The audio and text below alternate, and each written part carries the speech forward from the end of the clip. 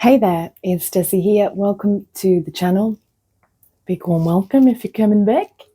And hi to the new subscribers and anyone new. It's your lucky day. I am still going through the throes of heartbreak. Oh my God. So I'm feeling fragile. Just the range of emotions is wild. And I realized, like, when you go through heartbreak, what it does is it really forces you to love yourself. You're on your own again. You're left, and what brought you a huge source of comfort and safety isn't there anymore. And you really are forced to look after yourself and take care of yourself and put yourself first and choose yourself again. So there's wonderful, wonderful things that come with that. Like, it feels so valuable. But yeah, just to let you know where I'm coming from today is like a tender place with many mixed emotions. But I think what I want to share today is why I believe in God. Because I was having a conversation somewhat recently with a friend who's an atheist. And he doesn't believe in God because it can't be proven. It's just a belief. It's just a comforting belief. And I actually agree from that level. Yes, it cannot be proven.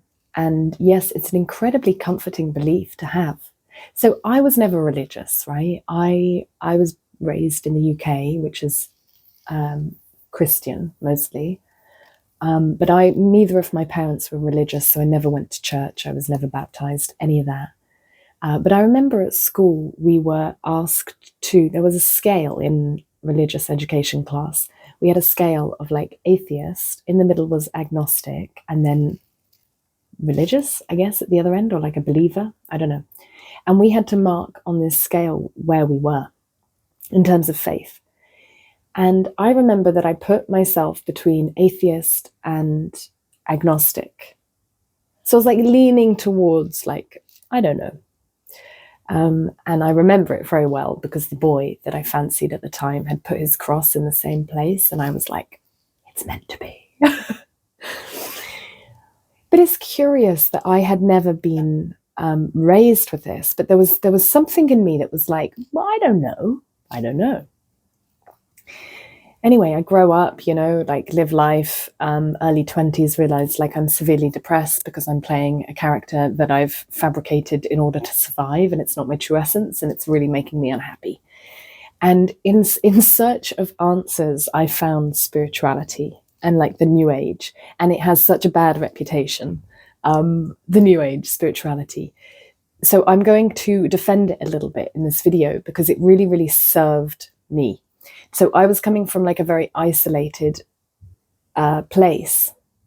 And suddenly there was this community of people that wanted to hear my story and wanted to share their story and talk about the pain they had gone through and how lost they felt and confused. And suddenly there was this sense of belonging and really being heard and seen and able to do that for others.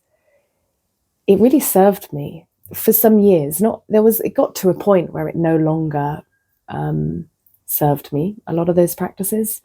So I sort of moved on, but I haven't forgotten or left it behind. And I certainly wouldn't criticize it as much as it is because it's serving people. And maybe not. I think we do have to use discernment and understand when a practice of any kind, we've outgrown it. I think these are all just things to help us on our way. And we can become attached to certain things, which maybe isn't healthy for our growth, but that's up for each one to decide. So it really served me to finally have this sense of belonging. And so within this process, I heard somebody say that you really need to cultivate like your own relationship with God, spirit, universe, creator, whatever the name is, source. You have to cultivate a very unique relationship, and that really touched me. So I decided I would. I change the names all the time, but I think God sits well with me because I was never really had huge religious connotations to that word. Obviously, I've grown up in this society. So there was a time where I wouldn't use that word because of how what other people had connotated to it.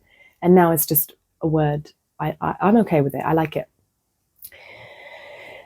And it's when I was talking to my atheist friend about it, that it's just a comforting belief. I can agree with that. Like, I can't prove God exists. All I've got is my own experience that in intentionally creating a relationship with God, my life's improved. I don't feel alone anymore because if I'm physically alone and feeling lonely, I have somebody to talk to that genuinely works. If I'm feeling lost, I have somebody to talk to and guide me. And whether that's a fabrication of my imagination or it's not, honestly, doesn't bother me. I don't need proof that God exists. I honestly, and I'm not even here to say, yes, he does, or no, he doesn't. All I want to say is me building a relationship with God has greatly benefited my life. The guiding thing, okay, maybe it's just like a projection of the advice that I need in that moment. Or maybe it is coming through from a wiser, more expansive space. I'm super grateful to have this relationship in my life. And whether you believe in it or not, whatever serves, some people not believing in God serves them more. So we each get to choose, but there's no right or wrong. There's no yes, it exists or no, it doesn't exist. Whatever serves you and brings peace and harmony into your life is how I feel about it. What do you think about it? Do you believe in God or source or universe or whatever? Do you have something you believe in? And how does that help you? Are you an atheist? Do you not believe in it? And how does that serve you? I'm really curious what you guys think. And thank you very much also for listening to what I think about it. So I will leave it there. Please like the video if you liked it. Let us know your thoughts down below on this topic. And if you're completely new and you like this, hit subscribe and we'll see you in the next video. Guys, have a beautiful, beautiful Sunday, a beautiful life. And remember, we got this.